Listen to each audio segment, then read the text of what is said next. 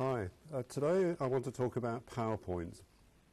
PowerPoint is the ubiquitous presentation package that's used throughout business and industry and increasingly in education. It's a presentation tool which is a very powerful one, but it's often used very badly. So what I want to do today is just go through some of the things about PowerPoint that will enable you to make more effective, briefer presentations. When Vince Cerf from Google came to the University of Illinois a couple of years ago, he made this comment, that power corrupts and PowerPoint corrupts absolutely. And I think that's the way a lot of people feel about the situation, having sat through a large number of boring, interminable presentations. I'm also going to use bits from this book, Presentation Zen, by Gar Reynolds. Gar is somebody who originally was a graphic designer and a communications specialist, and sort of driven berserk by inappropriate use of PowerPoint, he produced this guide to doing simple and effective presentations. One of the things we associate with PowerPoint is the use of bullet points, and this is something that in particular Gar Reynolds really does not approve of.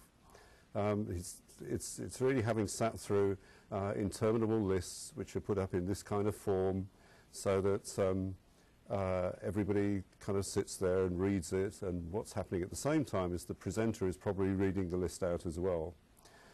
So these are really a series of guides to ways to deal with bullet points if you actually have to use them. His advice is to not use them unless it's absolutely necessary, but sometimes you do need to do that.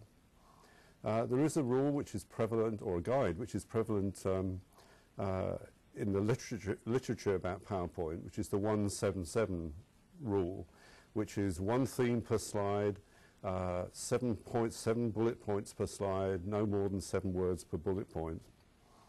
But kind of extracting and extrapolating from that rule, two things I'll draw your attention to on this list on the screen. Ideally never use more than 7 bullet points, ideally never use more than 7 words per line, but more importantly don't just read them out, and secondly don't show them all at once. What happens if you show them all at once is that people aren't listening to you presenting, they're actually working their way through the things that you're about to say. If you have to use bullet points, it's more effective to approach them in this sort of manner. But in this case, you give people time to read them. They can't see them all at once, so you can kind of lead in one after the other, and you then don't have to voice over what those PowerPoints are. Simple but effective. And simplicity and effectiveness of communication is really what we're aiming at in looking at the way in which PowerPoint works and the way you can produce more effective PowerPoints. And it's really not about using the bells and whistles, the themes, the transitions, and all the capability that PowerPoint has, but just concentrating on the images and the text that you put on the slides.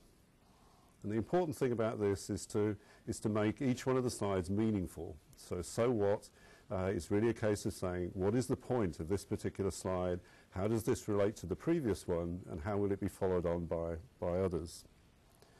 One thing it's useful to think about is the elevator test. This is coded language for having to get across the essence of an idea in a very short time. It's really based on the idea that if you're in the computer business and you go to one infinite loop in California, the Apple campus, and you end up in an elevator with Steve Jobs, and you have about 30 seconds to get across to him the essence of the idea that you've really come there to sell to the company. How do you get the essence of your idea across in 30 seconds? It's a very interesting discipline, very well worth practicing to see what the critical issues about the point that you're trying to make. There is a practice which is growing in popularity, originating in Japan, called Peisha Kusha, and this is using 12 PowerPoint slides, each of which is on the screen for 20 seconds on an automatic timer, so the whole presentation takes 6 minutes and 40 seconds. And to get across the essence of your idea, the idea that you're trying to communicate, the point that you're trying to make, in that sort of time is a very interesting, rigorous and useful discipline. One of the things that Reynolds suggests in his book is that when you're planning a PowerPoint presentation, you start off in the analog world. You produce a storyboard, you draw out a sequence of the slides that you want to use, and you stay out of the electronic environment of PowerPoint until you've really worked out what it is you want to do. So working out the sequence of the storyboard, using sketches to show how things work, is a very useful first practice. You might find that using post-it notes is an easier way of doing it because you can actually shuffle them around more easily and organize them into the sequence that you actually want. So think about the order in which you're going to make your points. Think about what each of the slides is going to contain before you actually open PowerPoint on your laptop. Another point that he makes very strongly is that connecting words and images together is a way that can reinforce the meaning of the words that you're trying to get across. Simple lists of points, whether they're bulleted or whether they come up one at a time or all there at the same time, is not as effective as connecting those words, the same list of words, to images which relate to each of those particular points and reinforce the meanings of the words. Sometimes you can get carried away with the possibilities in PowerPoint, the possibilities of imagery and how you connect things together and so on. The top slide has got a lot of words on it. It's actually making a very simple point, but it's getting confused in making that point by images that really don't have imagery that really has nothing to do with the points that you're trying to make, and also too much writing, which gets which is just difficult to work through. The bottom slide makes the same point in the most concise, brief and economic way.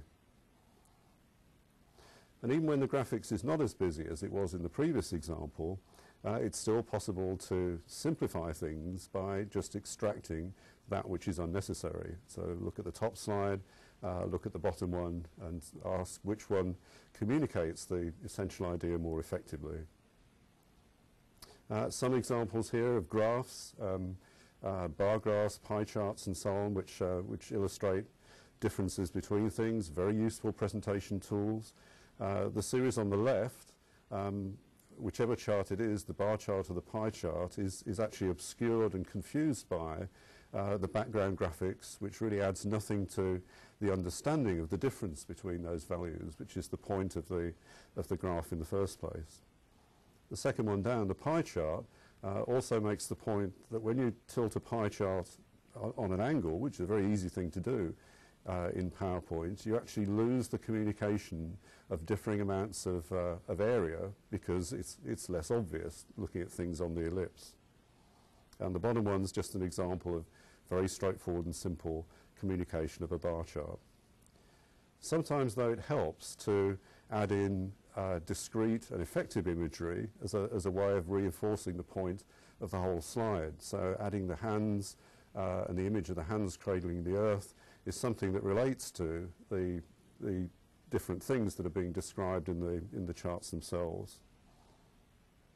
And this is a list of points from Chip and Dan Heath's book about sticky ideas, and it's really coming up with an image for each of the attributes of sticky ideas which reinforce the point that Chip and Dan are trying to make. And if you want to see really effective examples of PowerPoints in action, there are no better examples than the keynotes that Steve Jobs gives at the Macworld conferences every year. Very carefully practiced, very carefully worked out, very simple, very effective.